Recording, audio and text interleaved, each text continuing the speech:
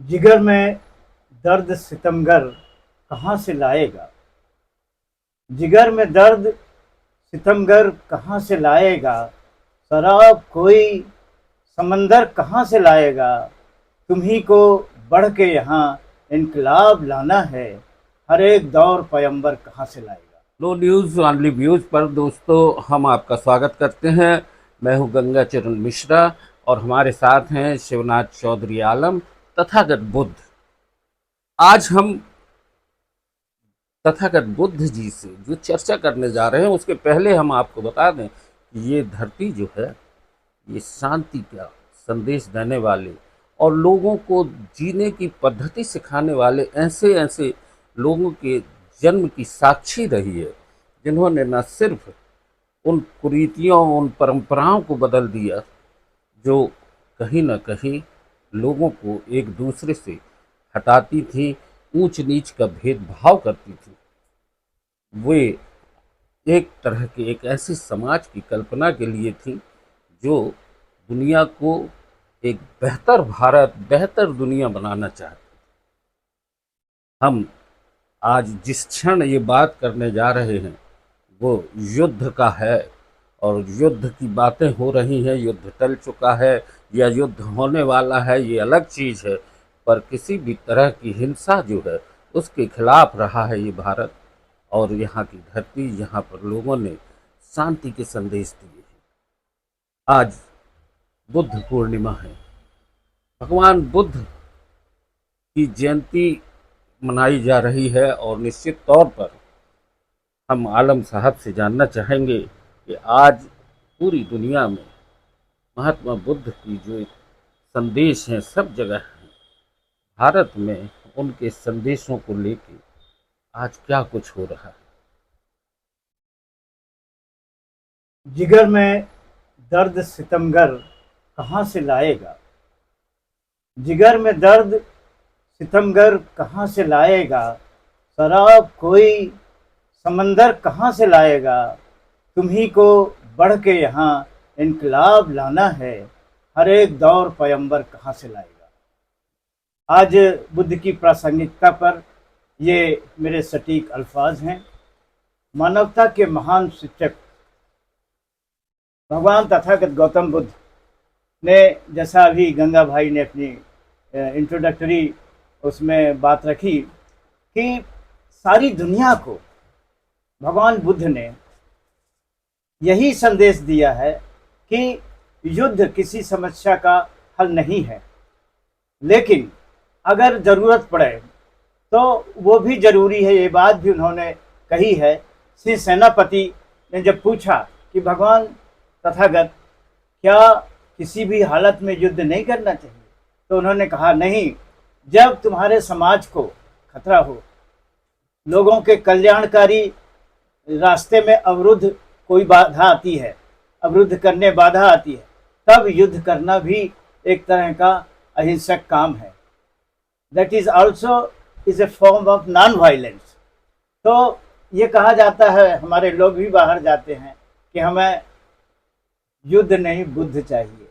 तो मैं इस बात को, अधिकांश लोगों के मन में यह धारणा है कि नहीं, मैंने किसी भी स्थिति में बुद्ध का जो रास्ता था वो सटीक नहीं है, क्योंकि वो किसी भी स्थिति में युद्ध नहीं चाहते।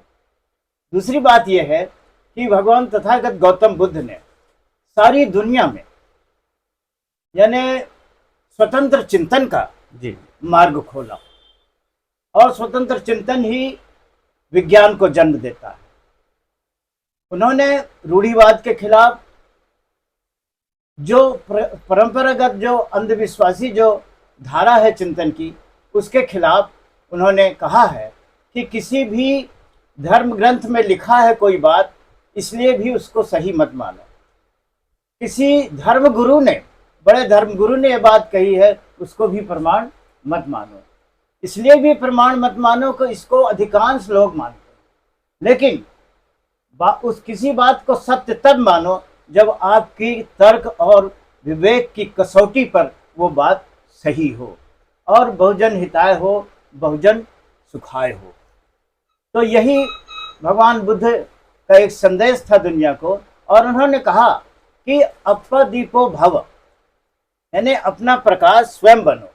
यह बहुत बड़ा उनका संदेश दुनिया का था कि किसी पर निर्भरता रखकर आपको मुक्ति नहीं मिलेगी, कोई मुक्ति आपको दूसरा नहीं देगा, मुक्ति आपको स्वतः अपनी करनी पड़ेगी। आलम साहब, आपने बहुत अच्छी बात की है कि किसी पर निर्भर होकर आप मुक्ति का रास्ता नहीं तलाश सकते। और वर्तमान में हालात कुछ ऐसे ही हैं कि एक ताकतवर मुल्क आपको मुक्ति के रास्ते बताने लगता है, वो आपके जीने की पद्धति तय करता है। निश्चित तौर पर भगवान बुद्ध, महात्मा बुद्ध या हमारे तमाम जो ऋषि मुनि भी हुए हैं, उन्होंने आपको कहा है आप खुद सक्षम बने, ताकतवर बने। एक कहानी आपने जो बहुत अच्छी कही है कि आपको युद्ध जरूरी हो तो युद्ध करना चाहिए। एक छोटी सी कहानी आती है, एक पंचतंत्र की कहानियों में, और बचपन में पढ़ी थी। महात्मा बुद्ध जा रहे हैं, एक सांप है, वो पुकारता है, डसता है लोगों को, तो वो रुक जाते हैं और कहते हैं कि तुम ये डसना छोड़ दो। तो वो डसना, काटना, फुफकारना छोड़ देता है, लेकिन कुछ दिनों बाद उसी रास्ते आते हैं तो वो सांप लहूलुहान है और पूछता है कि प्रभु ये बताएं कि ये क्या हुआ हमारे साथ, आपने कहा था लोगों ने मुझे मार मार के ऐसा कर दिया। बोले मैंने तुमसे कहा था कि डसना छोड़ दो, फुफकारने के लिए मना नहीं किया था। तो कोशिश तो आपकी होना चाहिए कि आप अपने अस्तित्व को बचाए रखें। और आलम साहब, एक बात हम आपसे जानना चाहते हैं कि भगवान बुद्ध है ना, जिस तरीके से जीने की पद्धति बताई, आज पूरे देश दुनिया में बुद्ध धर्म फैला, भारत में बुद्ध धर्म से जुड़ी सब चीजें होती रही हैं, कहीं ये कॉरिडोर बनना है, कहीं वो कॉरिडोर बनना है, बौद्ध मठों को लेके क्या स्थिति है? ये बड़ा सटीक और प्रासंगिक सवाल आपने पूछा। भगवान तथागत बुद्ध ने जो ये भिक्षुओं के लिए जगह जगह ये बनाए थे, वो शिक्षा के मंदिर थे, पूजा के स्थल नहीं थे, क्योंकि वहाँ पर कुछ मांगने का, भगवान बुद्ध का किसी से कुछ मांगने का कोई कॉन्सेप्ट नहीं है। मैं एक बहुत प्रसिद्ध वाक्य चलता है यहाँ, तमसो माँ ज्योतिर्गमय, ये उपनिषद का वाक्य है। मैं क्षमा चाहते हुए ये बात कहना चाहूँगा कि मैं इस विचारधारा से सहमत नहीं हूँ। कारण ये है कि ये एक तरह का पलायन है, एस्केपिज्म जिसको अंग्रेजी में बोलते हैं, कि हम स्थिति जो है हमारी, उससे पलायन करके हम भाग रहे हैं। ये हमारी कायरता भी है। जैसे मान लीजिए कि एक फोकस लाइट जल रही है और अचानक वो बंद हो जाती है, तो कुछ लोग कहेंगे कि यार अब चलो यहाँ से अंधकार से प्रकाश की ओर चलो, वही तमसो माँ ज्योतिर्गमय। लेकिन कुछ लोग जो हैं ये भी कहेंगे कि भाई ये अंधेरे का इलाज तो नहीं हुआ ना, लाओ मोमबत्ती जलाओ, कुछ रोशनी तो करो। तो ये क्या है? सुधारवाद। लेकिन तथागत बुद्ध ने इससे भी आगे एक बात कही कि जो अंधकार है वो अपने आप कोई सत्ता नहीं होती, उसकी प्रकाश की अनुपस्थिति का नाम ही अंधकार है। जहां अंधकार है वहां रोशनी करने से ही प्रकाश आएगा। अगर अंधकार है तो हम कितना भी वहां औजार चलाएं, लाठी चलाएं, तलवार चलाएं, लेकिन वहां उजाला नहीं आएगा। इसलिए भी नहीं आएगा कि हम भजन गा रहे हैं और खूब चिल्ला चिल्ला कर प्रार्थना कर रहे हैं, तो भी वहां पर प्रकाश नहीं आने वाला। प्रकाश तो जब आएगा जब हम एक रोशनी जलाएंगे। और भगवान बुद्ध ने इससे भी आगे एक बात कही है कि भागकर अंधेरे से बुजदिली न दिखलाओ, भागकर अंधेरे से बुजदिली न दिखलाओ, बात तो बनेगी जब रोशनी को तुम लाओ। और कहा तथागत ने इनकलाब तो ये है, जिंदगी की राहों में खुद चिराग बन जाओ। वाह वाह। तो ये जैसा मैंने पहले कहा कि उन्होंने हर व्यक्ति को एहसास दिलाया कि आप अपनी मुक्ति का रास्ता खुद इसी जन्म में, इसी 6 फुट के शरीर में प्राप्त कर सकते हैं। कोई मुक्ति बाहर आपको नहीं मिलने वाली है। हाँ, अतदीपो भव।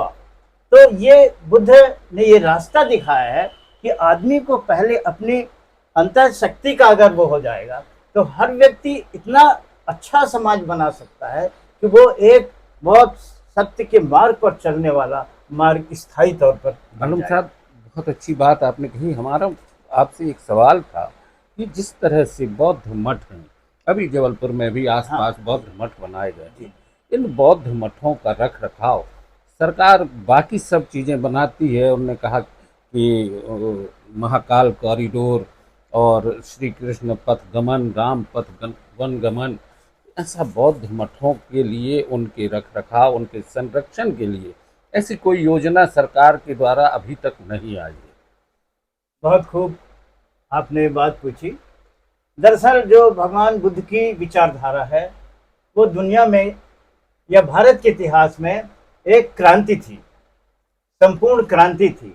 और उस विचारधारा की यहाँ जो विरोधी विचारधारा है, जिसको हम मनुवाद के नाम से जानते हैं, वो बहुत शत्रु भाव बुद्ध की विचारधारा से रखती थी। उनके जो स्थान थे, इतिहास साक्षी है कि यहाँ पर पुष्यमित्र शुंग ने जब बौद्ध धर्म का विनाश किया प्रतिक्रांति करके, काउंटर रिवॉल्यूशन था वो, तो उन्होंने तो ये आदेश निकाला था कि हर भिक्षु का जो एक सर लाएगा उसको सोने की दीवार देंगे। तो जितना भी उन्होंने, आपने बौद्ध स्तूपों की बात की, उन्होंने बहुत सारे जो स्तूप थे वो धराशायी कर दिए, मिट्टी में मिला दिए।